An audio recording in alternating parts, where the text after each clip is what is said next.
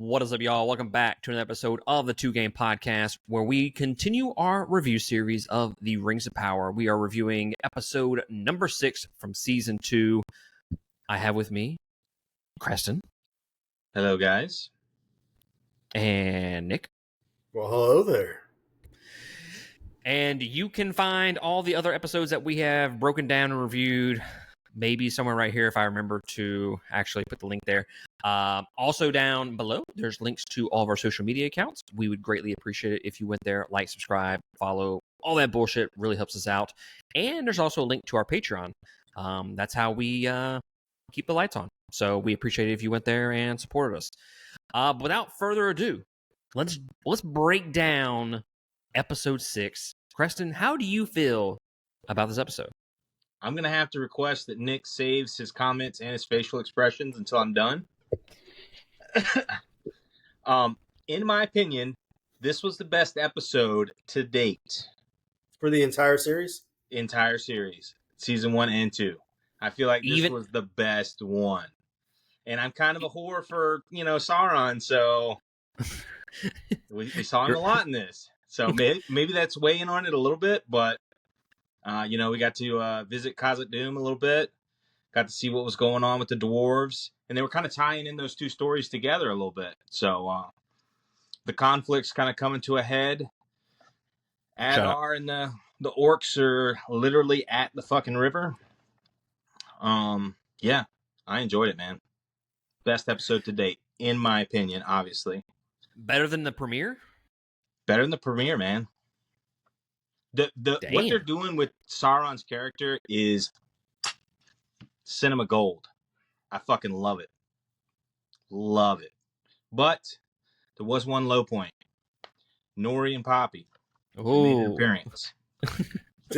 Poppy was in this one, wasn't she? Mm-hmm. Yeah, she's trying to get shagged by what's his name? No name? Nobody. Yeah, nobody. Like they can't even do him a service to even give him a fucking name at this point. Right. That's how much they don't even care about the storyline. I thought it was cool the mystery guy, the stranger, walking into the field of dead tree staffs. That was pretty cool. Old Tommy B's like, look, man, it's now or never. Go find your staff. I'll come back. There's no coming back. Yeah, it's now or never. I did like the scene with Bombadil and the stranger in it. And he hates Nori and Poppy too. He does. The stranger's like, those are my friends. He's like, fuck those bitches. Get you a staff, bro. Some people gotta die. Amen to that. I fuck it, dude. I'm so glad that the Poppy and the Nori shit lasted like 5 minutes in this episode, and that was legitimately all we got. Yeah. That was fucking great. And I hate how they're trying to further develop like that storyline now, and it's just like, why are we devoting more time to this? Who gives a shit about Poppy? Nobody. Yeah, let's stay on task with the actual story that we're trying to tell here. Like, I'm cool with the side missions, but let's stick to it. Meat and potatoes. And that's pun intended when I said that, because nobody cares about her. But I'll see myself out, okay? Oh. I think that's a dad joke. I don't know. I'll fucking move on. Anyways, Nick, how did you feel about this episode? I did not think that it was the best episode of the series thus far. It wasn't bad. It just wasn't here we go. Best. No, it wasn't the best. Your fucking tone over there says otherwise, okay? Dude, I knew from the facial expression when we fucking kicked off. No. I got nothing horrible to say. All right, so let's hear your gripes. My gripes. Yeah. All right. I feel like Celebrimbor's progression into madness is going by too quickly. Yeah. We talked about it last week, how it seems like this is on fast forward. Yeah. Last week, he didn't want to make the rings. This week, he does, and all of a sudden, he's losing his mind very quickly. And I still think that this process should have taken multiple episodes so we could see a slow degradation of his character. Instead of it just being one episode to the next. That's it. Okay, I mean, that's a valid gripe. That's Isn't this the third episode with that? Not where he's like going mad. Like he was paranoid last week, and now he's demented. Yeah, but Sauron's also casting some heavy fucking spells on his bitch ass, though. This dude is showing his fucking big old. He's showing that BDE. Let me tell you. Yeah, he is. He's whipping it out. He's got it resting on Celebrimbor's shoulder right there. Now, question: the jar of mithril that Sauron produces. He's like, here. We just got this delivery of mithril ore. Oh yeah, this it's more powder. Yeah, mithril powder. Yeah, it's the where the fuck did he get that from? Well, it's he basically fabricated that, or B, he got it from the dwarves. But like stole it. But he didn't. I don't know. He probably boosted it, dude. I mean, if he can literally fabricate reality, then he could have done that in the mines too. Okay, so I'm going with he just made it, or he doesn't even have it yet. It's part of the veil that he's pulled over Celebrimbor's eyes. Yeah, that makes sense. That's what I'm leaning towards. It's fake powder, or it's fake there. If it's not real, what are they making it with then? Is he just throwing some other bullshit in there to kind of put the deception in there? You know, his powers woven through the ring. Whenever he cut his hand, and I wasn't really sure where he was going with that. Like, was that right before he cooked up the spell to pull the veil over Celebrimbor's eyes? Or I remember he cut his hand, but I don't remember what happened afterwards. Does he actually need the rings to be made out of mithril, or is it just something? That's a good question. Maybe he just wants him to think that so that Durin would do exactly what the fuck he did. No, they need us now. We gotta call a higher price. And how about the fucking Balrog in the little fucking in the flame? Yeah, it's a nice touch. He was like, "Hello, old friend. All right, guys, y'all have a good one." little pat on the head, real quick. Uh-huh. Yeah, now, I'm curious. One gripe with the dwarves scenes was Disa. She was a little over the top. Specifically, well, which part are you talking about?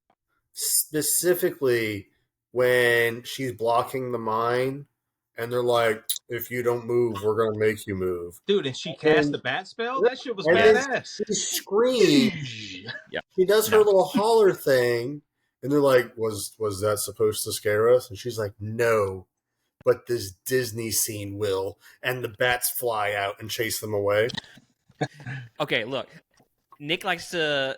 He's a little bit overcritical on a lot of things, Preston. I think we can all agree on that. I'm going to have to side with Nick on this. Fair enough. That was a little over the top. Scene. That was a little slightly unbelievable, but you know. It wasn't unbelievable. That was straight out of Disney. I wish they would do something else. Those. Disney bats, though. Those are great. I'm not a fan of the singing. I don't even care about that. Yeah. You know what she could have done? It looks dumb. She could have sung, and she could have collapsed the cave. That's what I thought she was going with. I thought that's what she was doing. Literally about to murder these guys. But no. Bats that dwarves come in contact with all the time because they live in fucking caves. The bats chase them away. Dude, there was a small moment where I thought maybe, just maybe, she was down there singing to try to rouse the Balrog. I don't think that she would ever do that, though. I know, but there was like a slight moment when I was like, is this bitch going for it? And I don't think I rewatched 5. I don't think Disa happened upon the Balrog. I think she found the Watcher in the water. That makes sense. There was a lot of water down there. Yeah. my one. So I do have a gripe for the series, especially this season so far, and it's the overuse of lines by other people in the books being said in this series. Yeah, the Gandalf lines. Lots of Gandalf lines. I could live without those for sure. I don't notice them, so It doesn't bother me none. But they're even from the movies. Yeah. Like, there's a lot of lines from the movies, which were ripped directly from the book, that are being regurgitated now by other characters. And I'm just like, I get it, but also, like, make it sound the same, but not be exactly the same. I don't necessarily have a problem with them reusing those lines. I mean, shit. Any type of property is going to go back and use the fan service and repeat lines. I mean, Alien Romulus did it in their movie. They repeated a bunch of lines.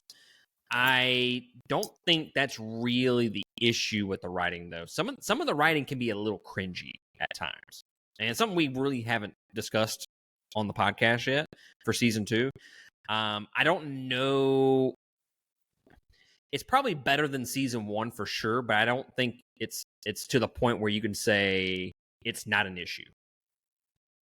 If that makes any sense. Mm-hmm. Yeah.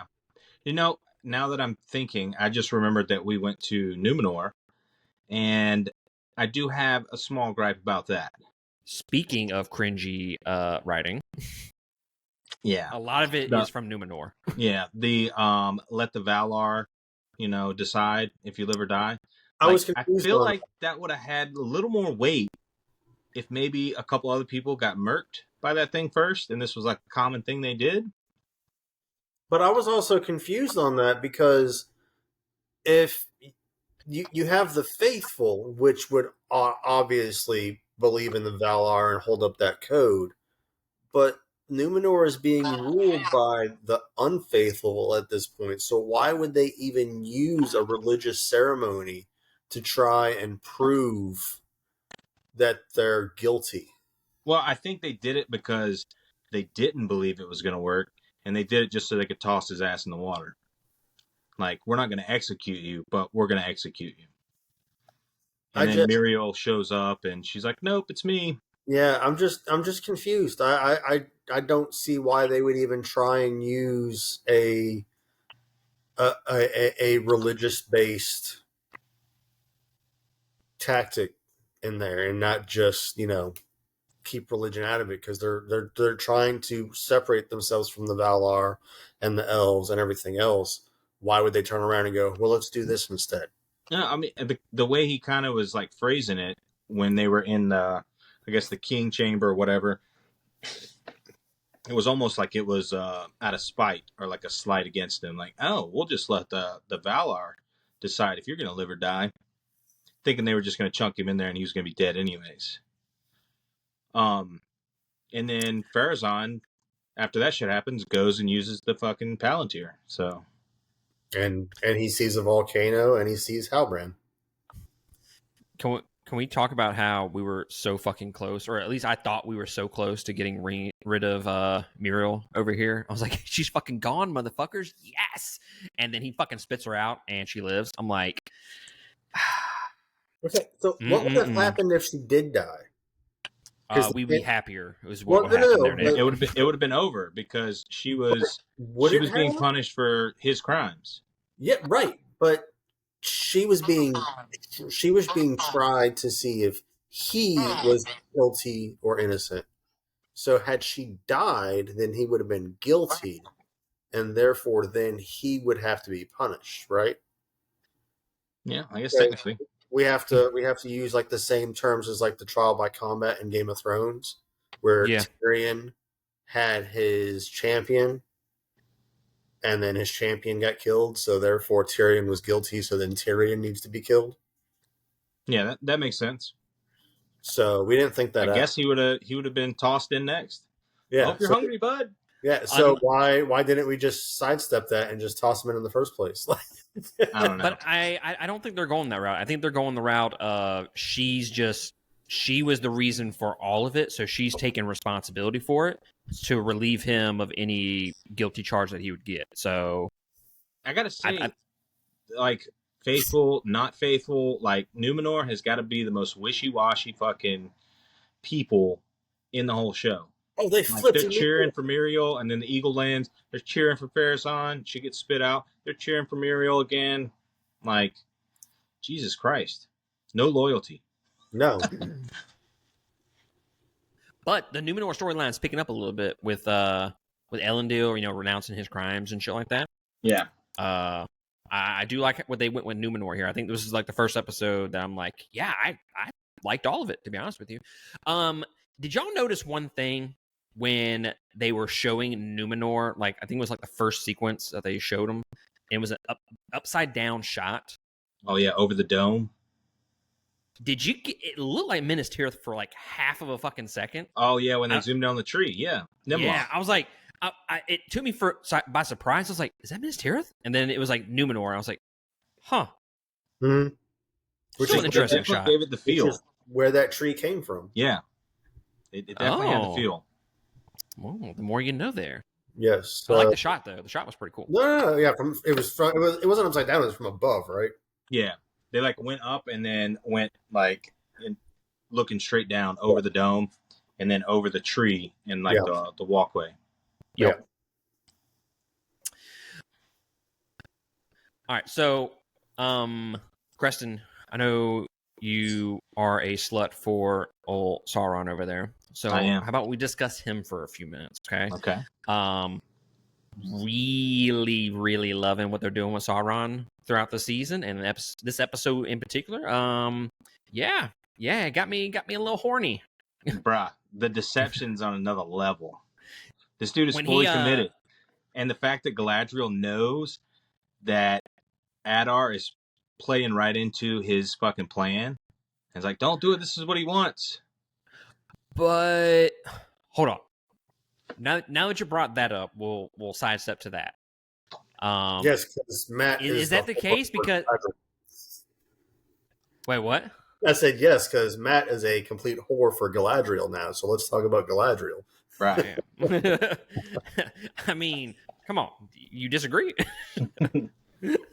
Not at all. So Galadriel, the whole episode, she's Adar kind of proves his case to her. He wants her to join him, and so on and so forth. It's kind of what we were thinking they were going to do a couple episodes ago. And then at the very end, he pulls the rug out from under her when she gives him all the information she needs. Basically, betrays her, and he attacks Eregion. Now, you say that Galadriel, like her last ditch effort was to say to him, "You're playing right into his hands," so on and so forth. I don't know if we can trust anything that Galadriel says at this point, because she didn't fucking see that from a mile away that he was just fucking with her and he just was just using her. She is so consumed by her desire to take out Sauron that she can't even see that the fucking orc is fucking playing with her. Yeah, I mean, it's definitely hard to take what she's saying seriously, but like big picture, let's be honest. When Halbrand left Mordor, I think he had a plan all along. He knew that Adar would come for him, and I'm not fully convinced that, like, did Adar just absolutely not realize that Halbrand was Sauron at that point? Because they had the interaction in the barn in season 1, and Sauron's like looking deep into his eyes, all close, and he's like, "You remember me?" I don't think Adar had a clue. Not until after the events. Because it wasn't until this episode that he finally got confirmation that Halbrand was Sauron. The elves were the only one that knew about him being Sauron. Unless he knew it when he whispered the black speech in that barn. I feel like he was giving off some vibes in there. Like Adar should have been picking up on that shit. Well, let's be fair. A lot of people should have been picking up on a lot of shit in this show so far. Yeah, touche.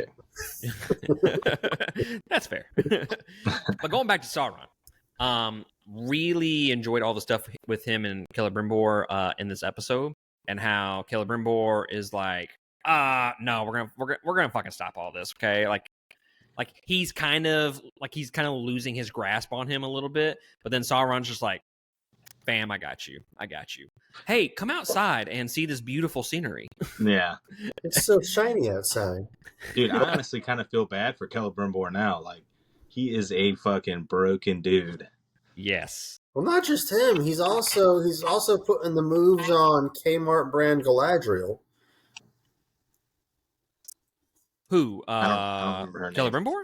Miradonna or something. Sauron, whatever. Celebrimbor can't remember her name either, so neither can. So we don't have. What's your name again? I thought he was just being disrespectful. What's your name again? Exactly. Get back to fucking work. No, Sauron trying to lay some pipe down, man. Just trying to keep the bed warm till Galadriel gets there. Right. I do want to say I am not a fan of Adar this season. I've said it already. I don't know if it's the way they're writing the script or if it's this new actor. I can't stand him. I don't think he's that bad. He's not not as good. Not as good. He's not Adar from season 1. Yeah, I agree with you on that, but I have enjoyed his storyline for sure. I like that character that they've developed. He's just a war-hungry, power-hungry. He's one note now.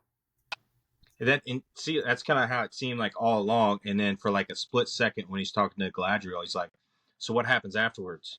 Are we going to be able to leave peacefully? And then all of a sudden he cares about the orcs again.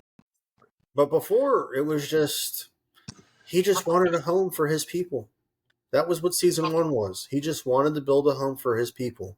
And now it's like a revenge plot. Maybe he realizes that they can't have a home for his people now that he knows that Sauron is back. Because up to that point from last season, he didn't know that he was back. Yeah. I don't know. I don't like the way he is being portrayed this season compared to last. Just because he is a completely different person. I can see that. I'm not. Yeah, I won't see the argue with differences. it too much. I still enjoy it, but it's not as nearly as good of a character as it was in season 1. I'll give you that. Yeah, I gotta agree.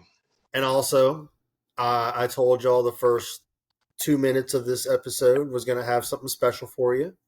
You got to see Elendil kill some shit. Oh, Arondir? Arondir, I'm sorry. I was just about to say, didn't we see that guy? We did. Yeah, for like 5 seconds. For like 30 seconds. The first It was a nice little tease. was him just going around killing things. And I saw a teaser for the after this episode that says, things to happen next episode. And I saw a flash of him in that episode. So he's in that one too. I'm thinking he's gonna meet up with old Galadriel in the next episode, I think. I bet so.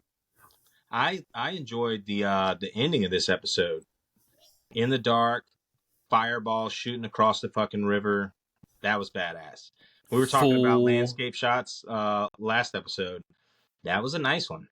Water glistening, fireballs flying. And Sauron's just sitting there like, bring it. Right? Y'all finally arrived.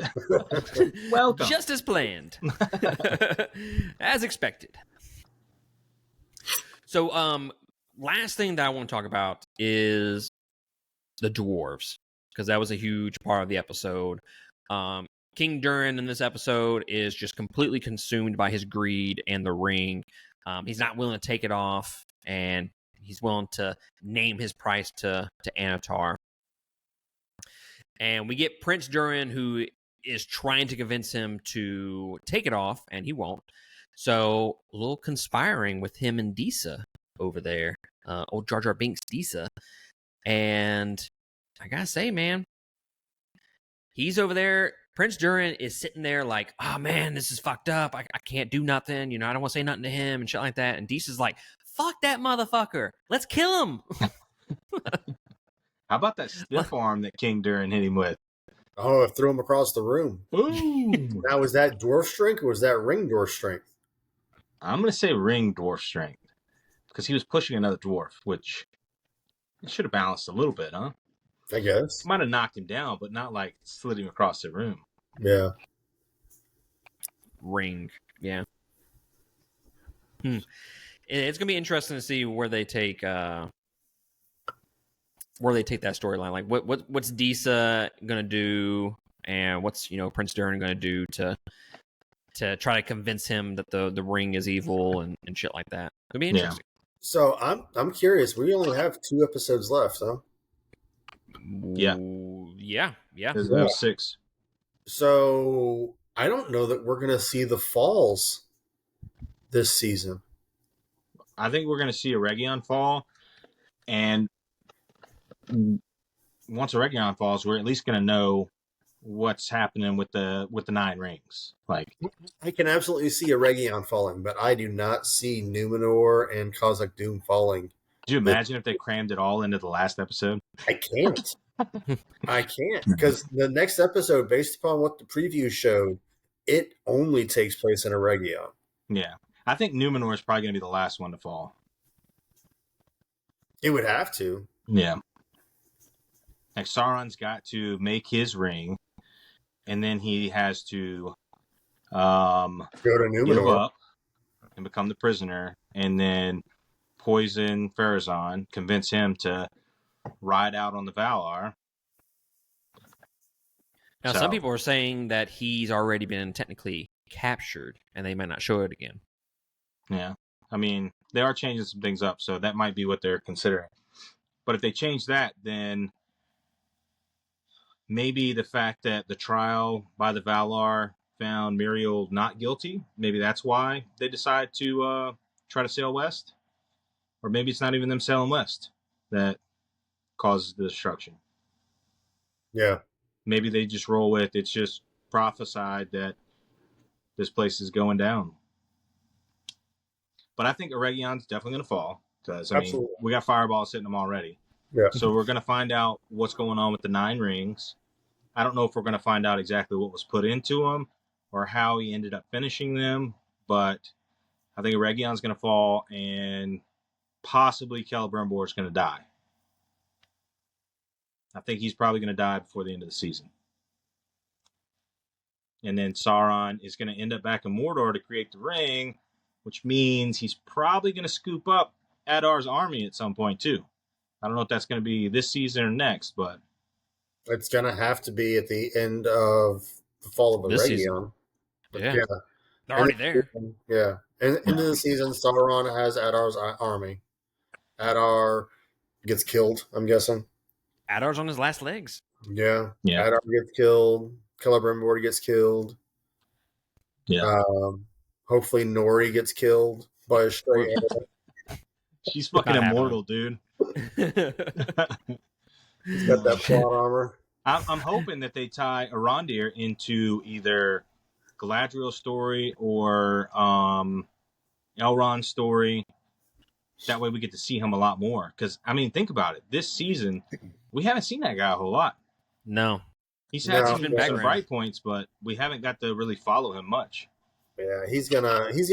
Yeah, I have a feeling he's gonna show up during the Battle of Eregion, just because he is our action Legolas in this series. Yeah. And hopefully he drops his dick. Well, hopefully he drops Isildur and he moves on to somebody else. I would prefer it be Elrond and not Galadriel. But y'all think Isildur is going to be the one that takes the sapling? Because he ain't nowhere to be found in Numenor, and that's how the tree makes it. He ain't going to make it to Numenor. He's that's going to be Daddy. So Elendil is going to take the sapling. Yep. Hop on a ship, sail to Middle Earth, and plant it in Osgiliath? No. Minas Anor. Earth, right? Minas Anor, I think, is where it first gets planted. Okay. Which becomes Minas Morgul. Yeah. Right. Yeah, man. Overall, I won't say that it is the best episode of the series. It's Look, probably you didn't have to say that. You didn't have to say that. Just hear me out. It's like number 2 or number 3. Okay, it's up there. This was a really, really great episode. It probably would have been a perfect episode if the fucking Harfoots weren't in it. I'm not saying by any means that it's a perfect episode. I had some gripes, but in my opinion, I think this is the best episode to date. It's up there, sir. Maybe because we're getting more into the story and it's like, oh shit, this is fucking happening. But my statement stands, sir. I don't know if I prefer this one. Episode 1 of season 2 was fucking great. Yeah, it was. It was fucking great. It was. So that's why I'm not ready to give it the best episode of the series yet. It's up there. I'm still gonna stick with episode 1 being my favorite so far. I can respect that. Episode 1 was fucking dope, dude. It was, that got my dick real hard. This episode had every storyline in it except for Isildur, correct? Yeah. Isildur. And where the fuck is that dude been? He's been gone for like 2 episodes now. Well, yeah, but Gil-galad hasn't really been a part of this season at all. Well, when I say Gil-galad, I mean like Elrond, the elves from Lindon. So we're missing 2 storylines, and we had 5 in this episode. Numenor, it was a good juggling act. Adar, Nori, and the Stranger. Yeah. Okay, so next episode, it opens up, and it's not even Nori and Poppy. They're back at the fucking caravan of Harfoots. No. I don't. I think this episode coming up is going to be all Eregion. Now, I think it's going to merge them. So it's going to have Elrond and Gil-galad. It's going to have Galadriel and Adar. And it's going to have Celebrimbor and Anatar. So strictly just elves. It's going to be strictly... And it's going to bring in Legolas, whatever his name is. Arondir, yeah. It's going to bring Arondir. He's never going to give him his stripes, man. Never going to give him his stripes. So, yeah. With Arondir comes Isildur, because I want to say they're still together. And then maybe season finale, episode 8, Gil-galad sends an emissary to Numenor requesting aid, and that's how Pharazôn's like, we'll send the faithful. Maybe that's how Elendil gets out of there. Maybe. Yeah. Or maybe Pharazôn decides to send people too. And that's when there's so much information that has to happen. So we'll see. Does it have to happen? It needs to happen. It should happen. It needs to happen, okay?